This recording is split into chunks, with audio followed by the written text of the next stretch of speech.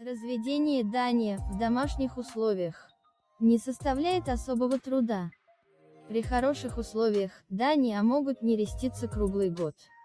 Перед нерестом самцы дания становятся более яркими и контрастными. Обычно перед тем, как начать нерестить данию, их заранее подготавливают. Зачастую производители рассаживают и обильно кормят высокобелковыми кормами. При подготовке самого нерестовика зачастую советуют брать аквариум 20-40 литров со столбов воды в 10 сантиметров. Эти рекомендации верны только в том случае, когда нерестовик после нереста будет использоваться для дальнейшего подращивания малька или при групповом нересте. Но такой объем аквариума нецелесообразно использовать, если вы нерестите одновременно несколько пар.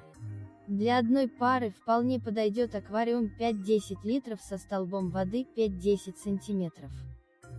В нерестовик заливают воду из общего аквариума. Приблизительные параметры воды. Температура 24-26. Кислотность 6-7,5. Жесткость не более 10. Для того, чтобы уменьшить жесткость воды, добавляют дистиллированную или осмотическую воду. Также я добавляю отвар дубовой коры или дубовые листья. Дуб обладает сильным дубящим действием и не закисляет воду. Кроме этого можно добавить ольховые шишки.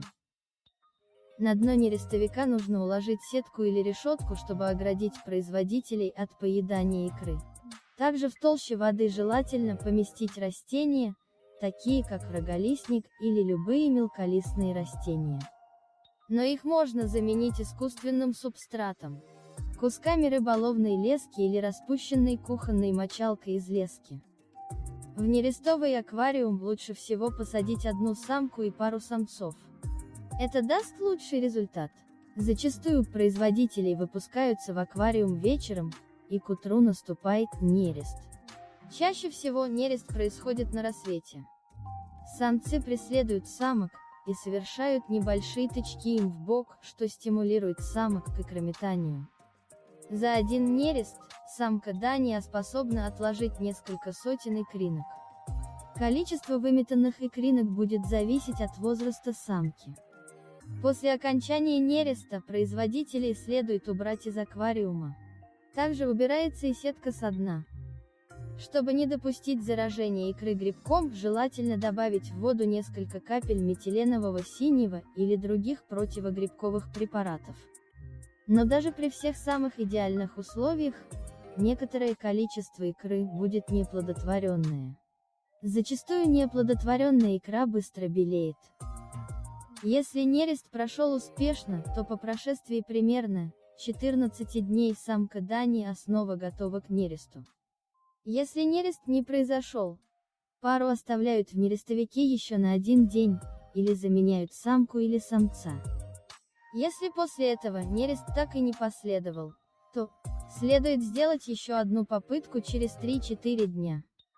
Есть одна особенность.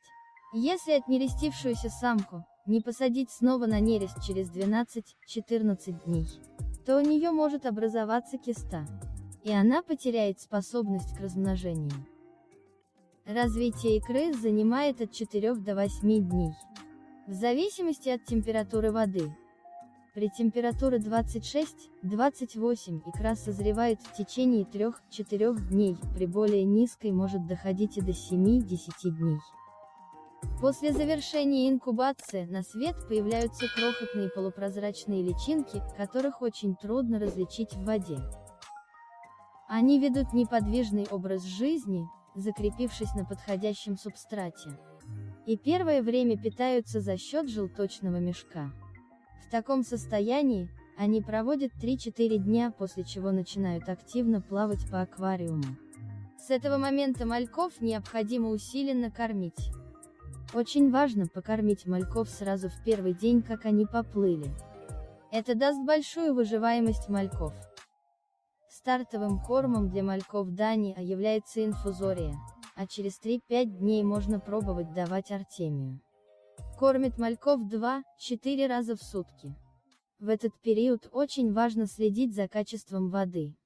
В аквариум нужно поместить аэрлифтный фильтр. Растут мальки очень быстро. Периодически необходимо производить сортировку и пересаживать в более просторные емкости.